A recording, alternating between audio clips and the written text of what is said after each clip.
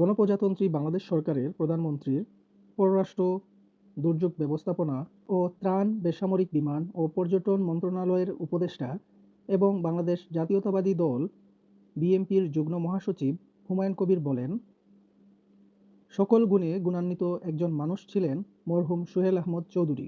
সর্বস্তরের মানুষের সাথে ছিল তার অত্যন্ত সুসম্পর্ক, যে কারণে এই এলাকার মানুষ তাকে দুবার উপজেলা পরিষদের চেয়ারম্যান হিসেবে নির্বাচিত করেছিলেন।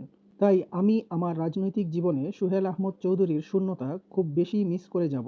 তবে আপনারা মনে করবেন না সাবেক এমপি ইলিয়াস আলী ও উপজেলা চেয়ারম্যান সোহেল আহমদ চৌধুরীর বর্তমানে রাজনীতিতে অনুপস্থিত বলে আপনারা অভিভাবক শূন্য। আমি আছি আপনাদের পাশে, আর আপনারা আছেন আমার পাশে।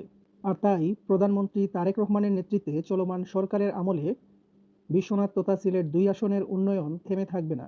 তবে ওসমানীনগরের চেয়ে আমি সবসময়ই বিশ্বনাথকে অগ্রাধিকার দিব। তিনি শুক্রবার ১৩ই মার্চ সিলেটের বিশ্বনাথ পৌর শহরের কারিকুনা গ্রামের ফুটবল খেলার মাঠে উপজেলা পরিষদের দুবারের সাবেক চেয়ারম্যান ও জেলা বিএনপির সাবেক সহসভাপতি সদ্যপ্রয়াত মোহাম্মদ সোহেল আহমদ চৌধুরীর রুহের মাগফিরাত কামনায় মরহুমের পরিবারের পক্ষ থেকে আয়োজিত ইফতার ও দোয়া মাহফিল পূর্ব আলোচনা সভায় প্রধান অতিথির বক্তব্যে এ কথাগুলো বলেন।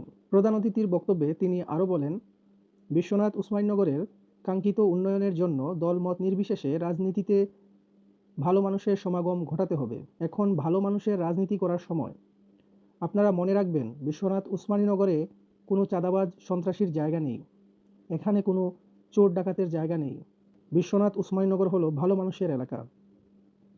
তাই প্রশাসনের যারাই আছেন, এলাকার মানুষ যাতে অযথা হয়রানির শিকার না হন, সেজন্য আপনারা সততা, নিষ্ঠা ও নিরপেক্ষতার সাথে নিজেদের কাজ করে যান। কোনো কাজে আমার সহযোগিতা লাগলে বলবেন। মানুষের কল্যাণে কাজ করার জন্য আপনাদেরকে সার্বিক সহযোগিতা করতে আমি সর্বদা প্রস্তুত আছি। বিশ্বনাথ উপজেলার লামাকাজি ইউনিয়ন পরিষদের চেয়ারম্যান কবির হোসেন দলা মিয়ার সভাপতিত্বে ও অলংকারী ইউনিয়ন পরিষদের সাবেক চেয়ারম্যান নাজমুল ইসলাম রুহেলের পরিচালনায় ইফতার পূর্ব আলোচনা সভায় বিশেষ অতিথির বক্তব্য রাখেন সিলেট ৬ আসনের সংসদ সদস্য ও জেলা বিএনপির সাধারণ সম্পাদক অ্যাডভোকেট এমরান আহমদ চৌধুরী, কেন্দ্রীয় বিএনপির সহ সাংগঠনিক সম্পাদক মিফতাহ চৌধুরী, জেলা বিএনপির সাবেক সহসভাপতি ও ওসমানীনগর উপজেলা পরিষদের সাবেক চেয়ারম্যান আবদাল মিয়া, বিশ্বনাথ উপজেলা জামায়াতের আমির নিজামুদ্দিন সিদ্দিকী, জেলা যুবদলের সাধারণ সম্পাদক মকসুদ আহমদ, বিশ্বনাথ প্রেস ক্লাবের সভাপতি রফিকুল ইসলাম জুবায়ের। প্রবাস থেকে মুঠোফোনে বক্তব্য রাখেন মরহুমের ছোট ভাই সুমন পারভেজ চৌধুরী। আলোচনা সভা শেষে মোনাজাত করেন জামিয়া মোহাম্মদিয়া আরাবিয়া মাদ্রাসার নায়েবে মুহতামিম মাওলানা ফয়জুর রহমান।